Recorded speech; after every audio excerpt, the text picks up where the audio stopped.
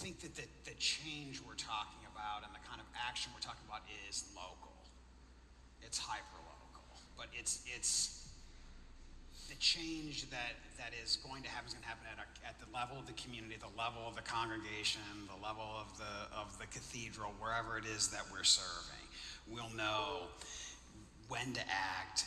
I think that what is key is that we figure out ways to amplify the work at the local level, that we're able to help to create and amplify more networks like what you've done, Brother James. How do we continue to build those networks as they emerge, really understanding that yes, I think our existence is resistance, but it's not in the way of being outraged at everything that happens. It's in a way of being formed in such a way that we know when to act at the local level.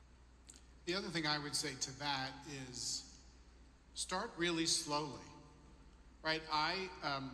When I'm working with a spiritual directee who's never practiced any kind of silent prayer, I don't tell them you should do 20 minutes a day. I tell them, see if you can do 1 minute a day. Like when you get up out of bed, you put your feet on the floor, just sit there for 1 minute in intentional silence. And do that for a month, and then let's talk next month and see how you did. And some of them can go back and say, I can do a minute of silence. And some of them come back and, oh, it was a nightmare, right? So with them, I try 30 seconds. With the ones who did okay, I move them to 2 minutes, right? The same is true on a communal level, right? It's not put in, 5 offices a day at your cathedral. Can you add one thing a week and see who might be interested? If that works, if there's excitement about that, well, maybe there's a second thing you can add. You want to take people step by step on a faith journey. And you want to take communities in the same way, right? You take them step by step by step. Drawing on your own spiritual conversion, the center that you found in Christ, calling that experience forward and thinking about how to communicate that. It does not have to be fancy. It does not have to be erudite.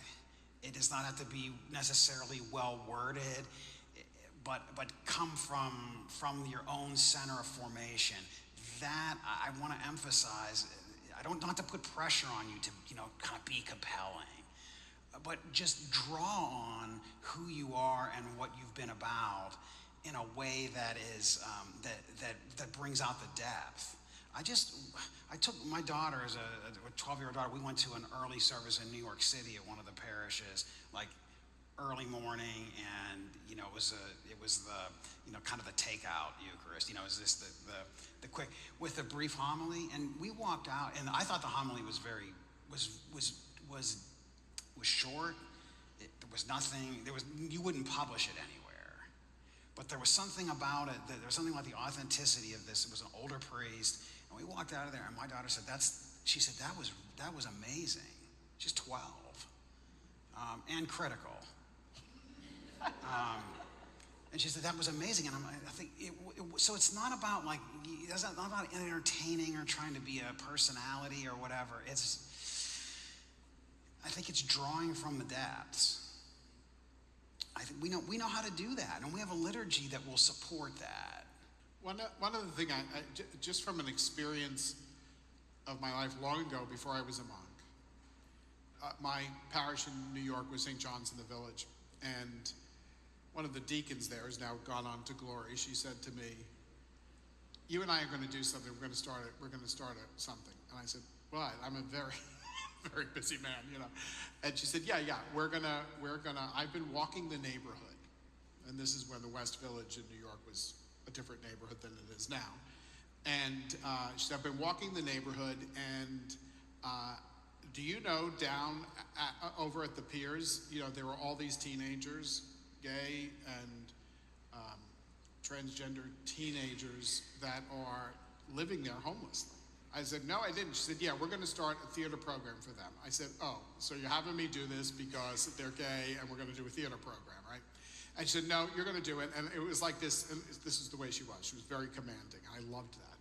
And I said, okay. So we started a program on Tuesday nights in which I was doing improv theater, teaching them improv theater. We would feed them. We'd do a whole bunch of things. It was a really great program and had people who could work with them to potentially change their lives in terms of the homelessness and things like that. And they were all kids who had run away from home because one or both of their parents kicked them out, whatever the case might be. And so we did this for 2 years. And the first year, the last Tuesday before Christmas, the parish was throwing them a big Christmas party. Gigantic meal, like the turkey, the whole thing. Lots and lots of gifts, mostly clothing to wear in the winter weather in New York. And I was going to have them put on a little show for them. And it was going to be one of the nativity plays from the Middle Ages, the mystery dramas, that they improv'd. And, you know, it was horrible. Right now, it was the worst thing I had ever, and I'm a professional director, and I was like, are you kidding me? This is what's going to go in front of people, right? So anyway, we're working. We get to the last Tuesday, and I had decided months before that I'm in a completely religious situation here. I can teach them centering prayer as a way to sort of help them to center themselves, get ready for this, and maybe, who knows what happens in their lives. And so by this point, we've been doing it about 3 months. And we'd start with a sit. I started very short. It grew to 20 minutes. There was incredible disruption, loads of laughter, kids kidding around, doing all sorts of inappropriate things. And I'm thinking, this is the worst ministry I've ever engaged in. It's a complete failure. And we get to that last Tuesday where we're doing the rehearsal, and I realize we just have to rehearse the whole time. We can't take the 20 minutes.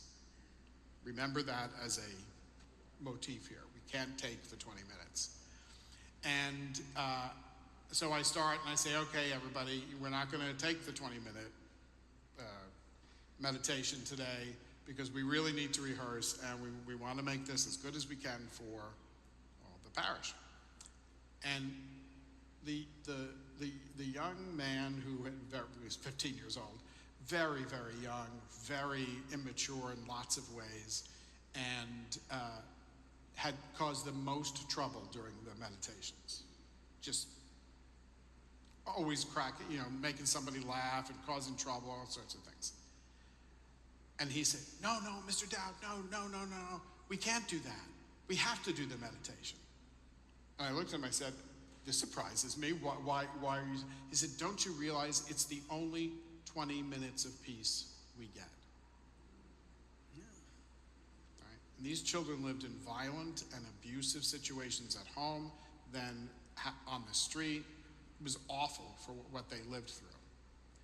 And the 20 minutes, I thought, who cares about the show? We're doing this, right? And it's a contemplative prayer, even for people who feel like, this isn't for me, I don't understand this, let's make fun of this, I don't get it, whatever. You do not know the power of prayer until you've had experiences like that in life. That isn't my personal experience in terms of my prayer life, but in terms of seeing it through the eyes of others.